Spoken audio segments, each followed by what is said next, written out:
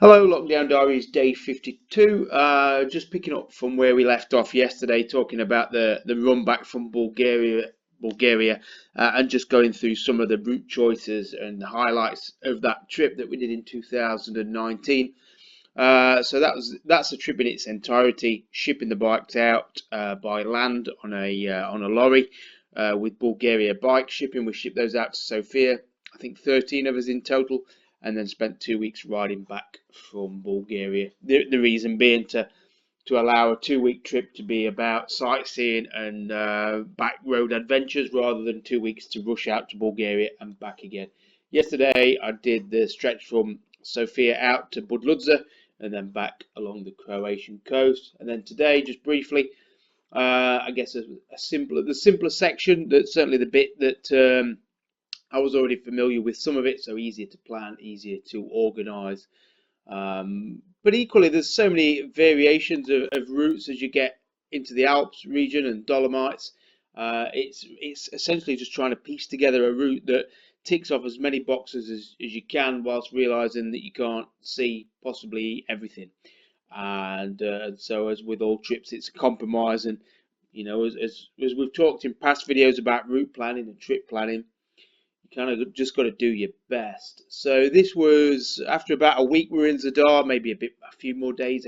I can't remember the exact itinerary now, but we had a camping spot just south of Zadar. Lots of campsites along there, all by the water's edge, all cheap and easy. Most campsites along there have cabins and things like that. So if you don't want to camp or stay in a tent, then obviously you can do. We did drop into Zadar. I've mentioned in other videos, I personally don't like going into cities. And Zadar was pretty busy, pretty bustly. Not too bad, not as bad as other places, not as bad as Split further down the coast, but certainly with a group that you're guiding or with, it's just problematic riding into a city or a big urban area. Just one set of traffic lights, and the group's split, and it's just a lot of headache and faff. So generally I avoid them. We did drop into Zadar early that morning for a coffee. We left the campsite, rode up to Zadar, got a coffee, and then on we went. And then we followed the coastline up all the way. And again, it's just incredible riding. Really remote actually through here, or quiet, I should say. There's not as much tourism along this stretch. There's not as many towns or anything along it. There's enough places along the way to get food and things, little cafes, and lots of little beaches that you can stop at. Obviously, you could also jump the ferries and go across here. And I think this could make a really good week trip, actually, just along this Croatian coast, island hopping. Lots and lots of ferries connecting it all.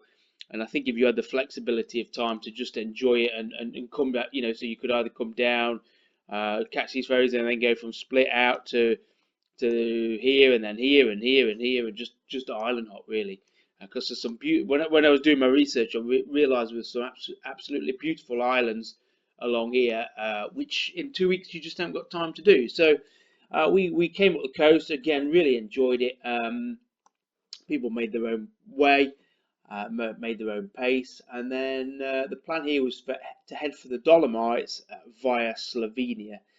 We came into the town here, Rijeka, and then headed north. We had lunch there, and then headed north on, I think, we went on this white road here.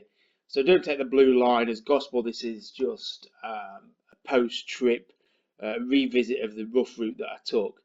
And then we headed north, because Slovenia is not a place I knew anything about, to be honest, when I was putting this trip together. But the more I looked into it, the more I realised how worthwhile it was in terms of riding and attractions. And two notable markers on the map was Bled, which is further up to the north, just here, and then the Vršič Pass, which is here. So rather than go straight across, there was time put into the itinerary to head up to Lake Bled. So we rode up over the border into Slovenia, from Croatia to Slovenia. I seem to remember that was a pretty painless crossing. Just show your passport, because we're in the EU now, so pretty straightforward.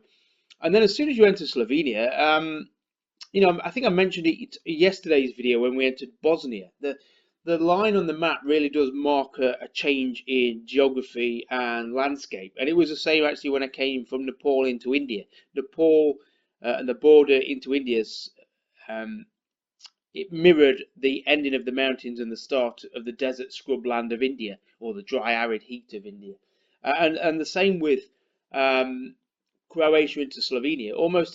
It's almost a transformation as soon as the border's crossed from the slightly arid nature that Croatia. It's quite a dry country, quite I don't know. There's not a lot of vegetation, and then you enter Slovenia, and it's almost alpine, almost as soon as you cross that border. To pick the route through this, people say, well, how do you pick routes? Well, I would certainly try and avoid these main roads. The yellow roads on the map are the ones to avoid. The E61, for example, immediately screams to me, avoid, avoid, avoid, because it's going to be busy. It's going to be where the trucks and the commuter traffic spends their time. So what I'm looking for is a nice white road that's got some sort of focus and purpose in terms of it getting you somewhere. And it's got some interesting corners on the way, which you can quite easily see from Google Maps, and then piecing it together until you eventually reach your destination. A little bit of Google Map help just to give. I'd put the start destination, say the town when we entered Slovenia, or I'd put. Let me just go back. So I put that town there, Rijoka, in, and then Lake Bled, and see what that came up with, and then I'd play around and see what alternatives I could come up with. So we headed up to Postojna, and we stayed just on a campsite just north of there. Postojna, we didn't see them, but it's famous for some amazing a cave network, which you can take a train ride through underground. And I've just been looking at photos. I put some up, and yeah, it looks a spectacular place if you had a little bit more time. And sadly, we didn't have the time to linger. And we headed up on these roads, these white roads here. This was almost like alpine mountain roads through meadows, high altitude meadows, extremely scarce traffic, and then eventually come out on these. There's some ski slopes up here, and then drop down. And as you can see, it's all twisty. So good riding, amazing scenery, very green, lush. Not mountainous, but very hilly, steep hills, I guess. And then you eventually drop down into Lake Bled, which is quite a busy, populated tourist destination. People head there. There's a lake there which you can take boat rides on, and there's a castle up high on a rock. But a fantastic place to hang out. Lots of cafes there, and just a nice atmosphere. Nice place to spend a few days if you've got the time.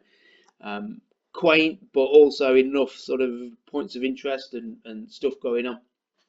A little bit cosmopolitan, I guess, really. So we stopped there for breakfast. We did this ride in the morning. We were up on the road we were on the road by 7, I guess, to do this road from Postojna up here, and we arrived at Lake Bled about 10 o'clock. And it was great to get the miles done in the morning because it gives you plenty of time in the afternoon. And we jumped on this road, which wasn't particularly busy. I think actually we took from Lake Bled, we took this little road round here, or even this road here, the 907. So again, I'm looking for white roads. I'm looking to avoid the yellow roads, and I factor that into the trip. And that means that really, once you've joined it there at Dovzhina, my pronunciations are all going to be off, so apologies. But that puts you on the white road heading west, and then you pick up the Vršič Pass here, which hopefully is going to focus there. And it was there's a spectacular lake at the bottom, and then the road winds up, and it's almost Stelvio Pass, but on the corners is a cobblestone surface. So you've really got to steady your pace. Obviously, hope it's not wet. But a great experience to ride, and then at the top there's a cafe and things. As you generally find at some of the top, at the top of most of these iconic passes or well-regarded passes, there's always a cafe or a restaurant at the top, which is always worth making a mental note of because they offer the best views of anywhere. And so Slovenia really was a real highlight. That riding through that section there is again as good as riding as I'd done anywhere. So we really enjoyed that section. Good weather, good people, good clean, a well-ordered country that wasn't overly expensive. So almost a cheaper version of the Alps is, I guess, how I saw it. And then we headed west into Italy, heading into the Dolomites mountain range. See there again, so many options as you come into Italy. You could head south and do more around here. There's some great passes around here, and some of those roads where they're built into the side of mountains around here. If you do a bit of research, a bit of googling, you'll find lots of routes around there. But the trajectory from crossing into Italy was to head to Bolzano, and we did that, taking this western road running across here. Again, missing the yellow roads, but essentially this all the way through the Dolomites was just really, really good scenic riding. And you've got variations here. You could do this road through there. You could cut off and do all sorts of bits, but this was kind of the compromise between good scenery, good roads, and good ground coverage, I guess you could call it. And we eventually headed into Cortino d'Ampezzo, which is quite an affluent ski town, really. It looks like a lot of the rich and famous of Italy go there. It's got I guess quite an expensive vibe to it, but there's some nice campsites down in the bottom along the river. And then again, a lot of the guys booked on booking.com the morning before, or the afternoon even, they just found themselves hotels for sort of €60, €70, etc. So there's certainly plenty of options around, and it was a nice town to spend. Again, another place you could spend a day or two in. But all these roads are sort of mountainous, good turns. This road, the road in particular that came down from there, that was just brilliant. And we were doing that sort of into the evening, so just as the sun was starting to set. And when you've got all this to yourself, it's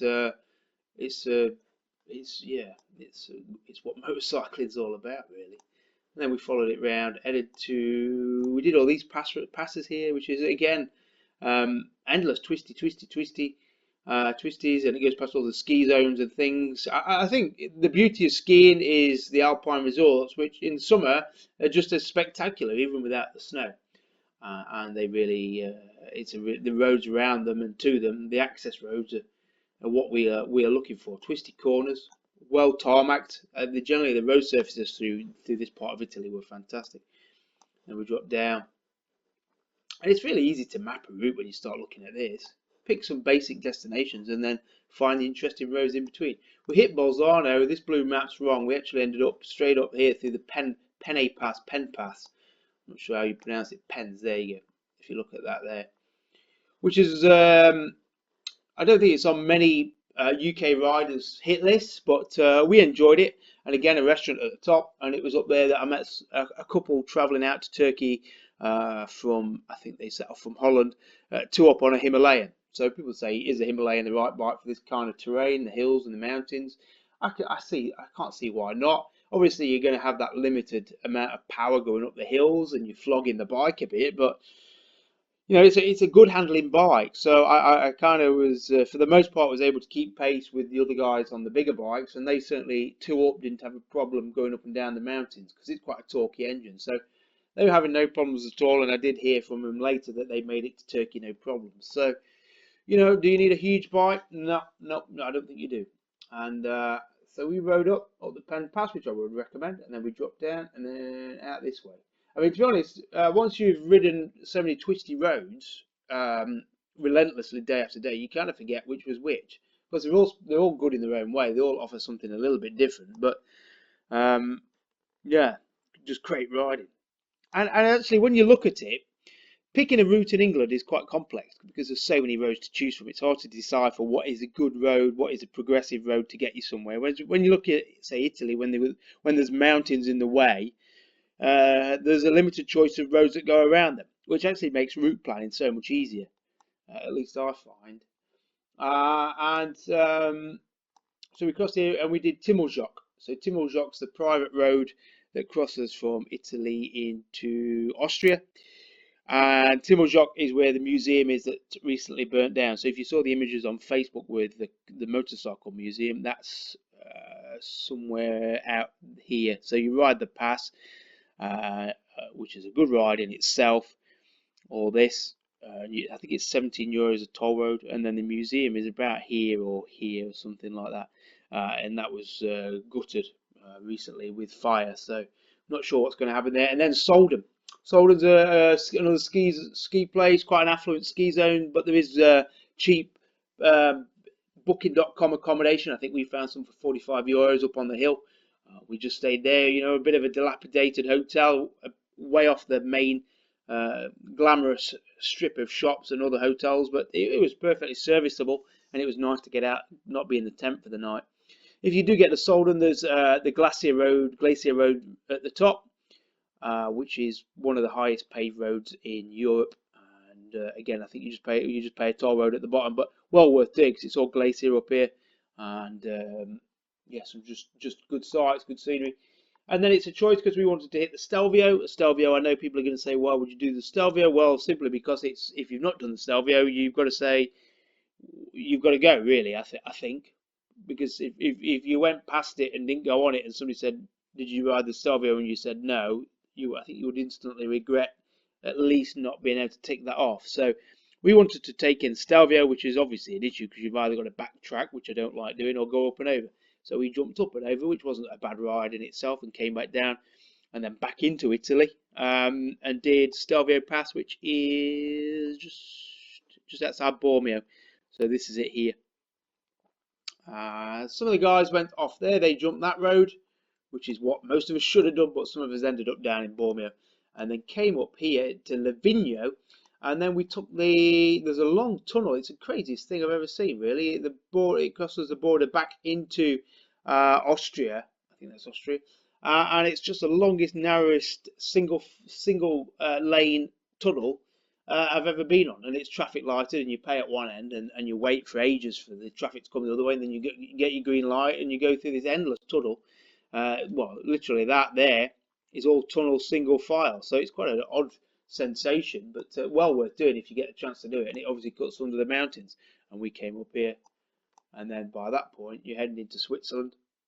Actually, I think we are in Switzerland. Yeah, it cuts into Switzerland.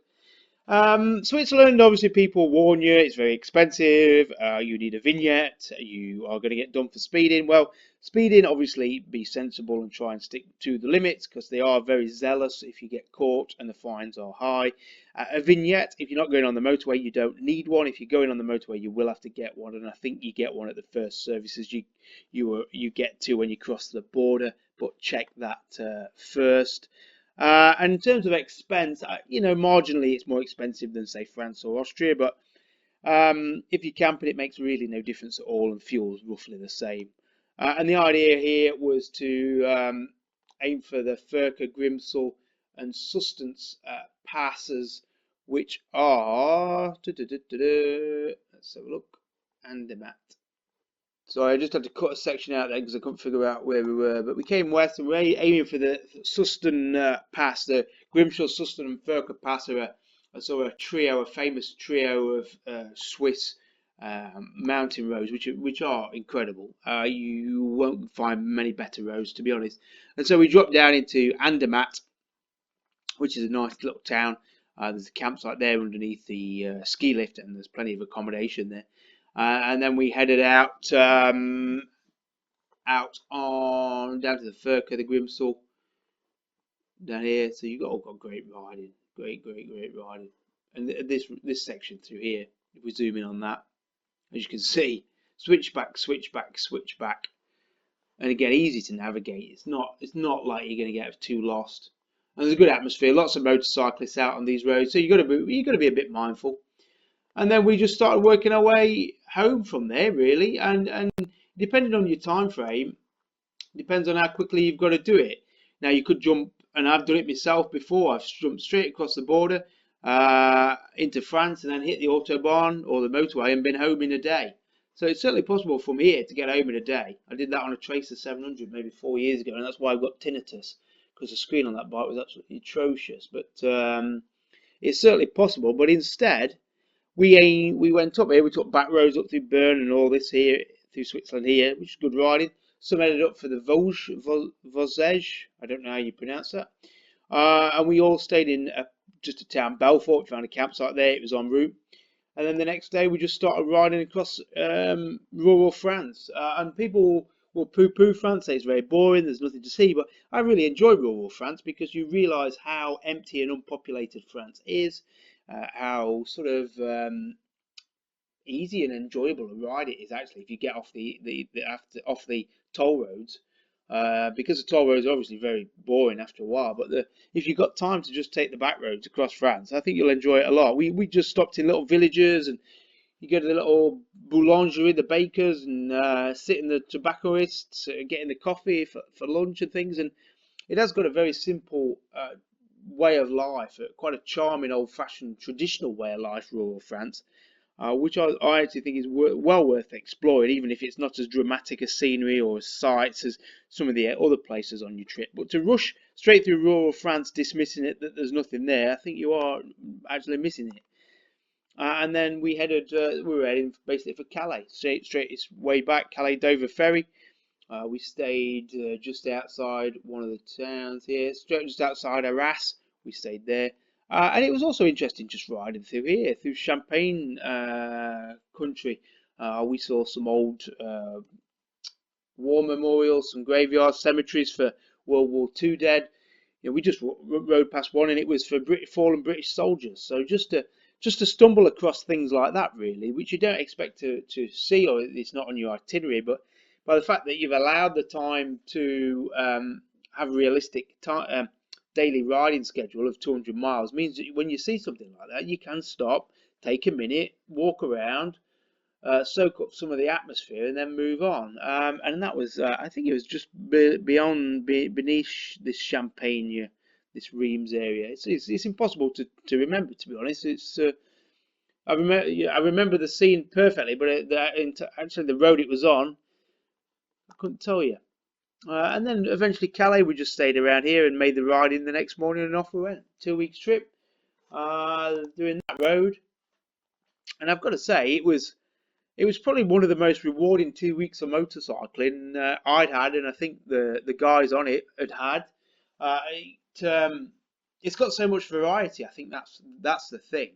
2 weeks in Australia, for example, you're going to see a lot of the same. Even 2 weeks in America, there's variance, but essentially you're going to see very similar cultures, I suppose. Scenery will change, but when you come back from Bulgaria, you've got the Balkans, which is a very different way of life, completely different scenery than Croatia, and then all coming up through the Alps. And I think as well, you could never do that run and never have to repeat the same route. There's so many different variations you could do on that route.